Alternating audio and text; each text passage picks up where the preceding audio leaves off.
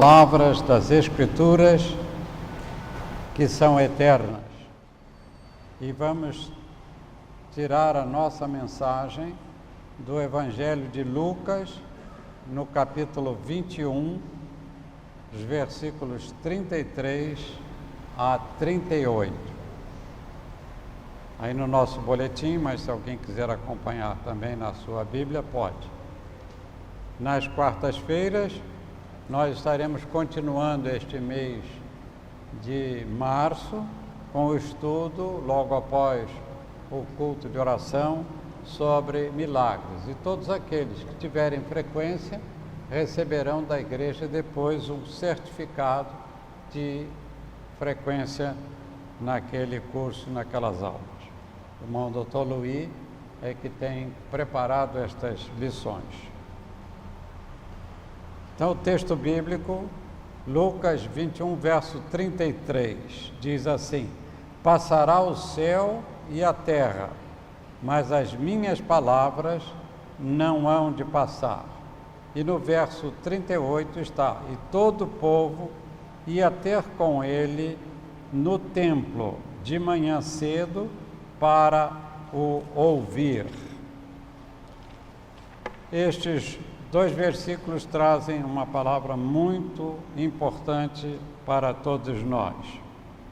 Nós vamos, então, pensar um pouco a respeito das palavras de Jesus, que são eternas.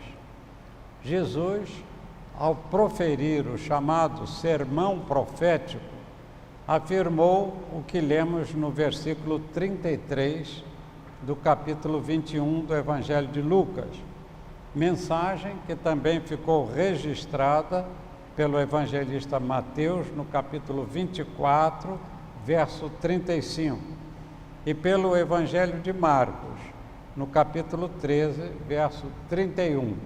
Todos eles, estes evangelhos, estão falando, transcrevendo a mensagem do conhecido sermão profético do Senhor Jesus. Alguns sermões de Jesus foram assim identificados pelos nomes, como o Sermão da Montanha, esse sermão, o sermão profético, e eles têm uma mensagem muito ampla. São sermões que têm um valor extraordinário no ensinamento da palavra de Deus, e exatamente este acontecimento produzia às vezes efeitos de um lado e de outro, daqueles que queriam condenar a Jesus e daqueles que ouviam a Jesus e aceitavam a sua mensagem. As palavras do Senhor Jesus não estão sujeitas a envelhecimento ou perda do seu valor por qualquer razão, e isto em qualquer tempo. Então, hoje as mensagens de Cristo têm o mesmo valor que tiveram no dia em que ele proferiu lá na Palestina. As palavras de Cristo não hão de passar, são de valor permanente, porque são palavras de Deus o Pai, através do Filho, o Deus conosco, que veio ao mundo para nos remir dos nossos pecados e nos dar, pela graça, a vida eterna, bênção que nos é dada como dom de Deus. O que significa dom de Deus? Aqui o dom é doação, é dádiva. Nós temos dons que Deus nos dá para a realização da sua obra, mas aqui nós temos a dádiva maior, que é a da vida eterna, a dádiva da salvação de nossas almas através do sacrifício de Cristo na cruz do Calvário. A proclamação da Igreja de Cristo terá que ser centrada, fundamentada na sua morte, na sua ressurreição em nosso lugar, porque nós não somos salvos pelos nossos méritos, nós não vamos fazer obras boas não é? Como alguns dizem, fazendo uma obra aqui, a gente está fazendo, mandando um tijolinho lá para o céu. Essas coisas são apenas ilustrações, mas o significado é de que a nossa vida está sendo guardada por Cristo, e lá ele disse: há muitas moradas, e se não tivesse, eu iria vos preparar lugar, e onde eu estiver, estejais vós também. Então, o crente em Jesus Cristo, ele alcança esta certeza. Há algum tempo passado, nós pedimos aqui as orações para a missionária, mãe da Lília Rita, e Deus a chamou. Ela já está na mansão celestial, ela já está com Cristo, porque era uma crente no Senhor Jesus. E o crente tem esta certeza, ele confia nesta palavra, ele sabe que aquilo que Jesus disse é verdade, e ele então vai crer nestas palavras, e ele tem o perdão de Deus para todos os seus pecados, porque Cristo levou sobre si os nossos pecados. Algumas razões que nos podem convencer da verdade e do significado permanente das palavras de nosso Senhor Jesus Cristo, nosso Salvador e Mestre, nós poderíamos reduzir a estes pontos fundamentais. Primeiro, pelo seu conteúdo. O que é que a palavra de Jesus tem para ser verdade permanente? Segundo, pelo seu significado espiritual, porque as palavras de Jesus, elas vão ser colocadas na nossa vida, e quando nós aceitamos a Cristo, que nos tornamos uma nova criatura pelo novo nascimento, então nós recebemos agora a presença do Espírito de Deus em nós, e nós somos o templo do Espírito Santo. Ainda ontem, a irmã trouxe uma palavra comentando o primeiro culto havido aqui no Brasil, não é? Sobre aquele versículo que diz sobre isto, e exatamente estas palavras estavam lá. A irmã Valdete foi quem falou sobre aquela mensagem da palavra de Deus, que tem este significado de sermos o templo do Espírito Santo. Em terceiro lugar, nós temos que observar pelos ensinamentos que elas nos dão. Alguém que lê o Novo Testamento, lê as palavras de Jesus, ele aprende alguma coisa? Quando nós lemos o Evangelho, nós aprendemos? Aprendemos o quê? Geografia? Aprendemos ciência? Até que tem tudo isto envolvido também nas palavras do Evangelho, porque a ciência até hoje não contestou, elas são palavras permanentes. Aquilo que está dito lá é verdade eterna, e o que é verdade não muda com o tempo, nem se torna envelhecida. Em quarto lugar, porque elas são para nós alimento vital, alimento para a nossa vida espiritual. Jesus disse: eu sou o pão da vida. Quando ele foi tentado lá no deserto, e exatamente ele já estava sentindo a necessidade física do alimento, a tentação foi: se tu és o Filho de Deus, tem aí pedras, apanha essas pedras, porque está escrito isto, e você então transforma isso em pão e come. Ele disse: também há na palavra de Deus uma informação importante, que nós nos alimentamos de toda a palavra de Deus. Então é para alimentar a nossa alma, alimentar a nossa vida espiritual. que nós vamos procurar as Escrituras Sagradas, principalmente as palavras do nosso Senhor e Salvador Jesus Cristo.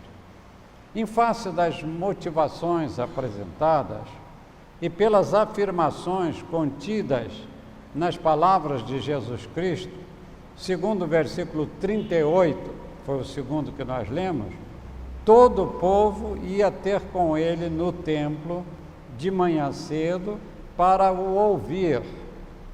E hoje, do mesmo modo, devemos buscar a Cristo e ouvir as suas palavras para o aumento de nossa fé e firmeza espiritual. Nós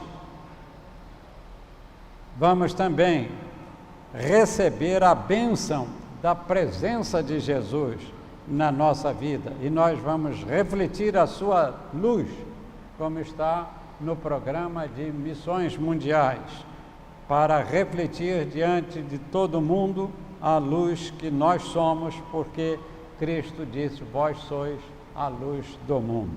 Então nós refletiremos esta luz que vem de Deus para nós como servos do Senhor. E isto nos proporcionará, porque nós estamos com a nossa fé sendo solidificada, firmada espiritualmente, então isto nos proporcionará conforto, sustento e sabedoria em todas as horas do nosso viver. A Bíblia faz uma referência àquele que é sábio. Quem é que se lembra? É sábio aquele que ganha almas. Você está sendo sábio em ganhar almas para Cristo? Então, se ainda não se aperfeiçoou nesta sabedoria, procure a fonte do conhecimento da Palavra de Deus para comunicar isto a todos aqueles com quem você está convivendo. O povo ia ter com Jesus no templo de manhã cedo para o ouvir, e assim nos disse o texto lido para a nossa meditação. Nós, da mesma forma, devemos buscar ao Senhor para ouvi-lo e conhecer as suas palavras. Seria necessário vir aqui todos os dias? Nós tivemos um tempo que tínhamos um culto aqui todas as manhãs às 7 horas, mas será necessário que a gente saia de casa, venha aqui? Ou nós podemos buscar a Cristo onde nós estamos, buscar a Cristo na nossa casa? Assim, nós devemos, através da oração, da leitura da Palavra de Deus, buscar as palavras que são eternas, que o Senhor Jesus nos deu. Pelo que nos declaram as Escrituras Sagradas, devemos ouvir as palavras de Jesus a cada dia, procurando também evangelizar aqueles que ainda não o aceitaram como Salvador, porquanto hoje é o dia aceitável.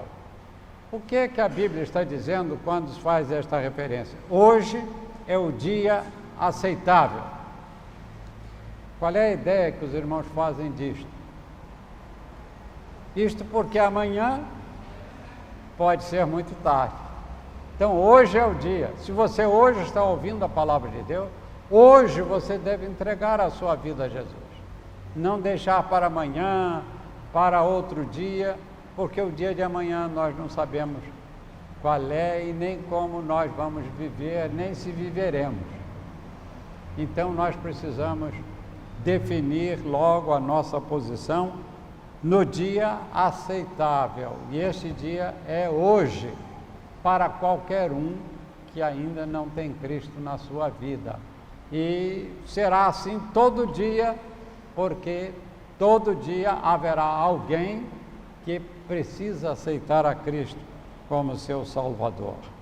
O propósito excelente que o busquemos enquanto é tempo, para que ouçamos os seus ensinamentos em cada manhã, através da leitura da Bíblia, ou para interceder por nós e por quantos nos pedem junto ao Pai através da oração.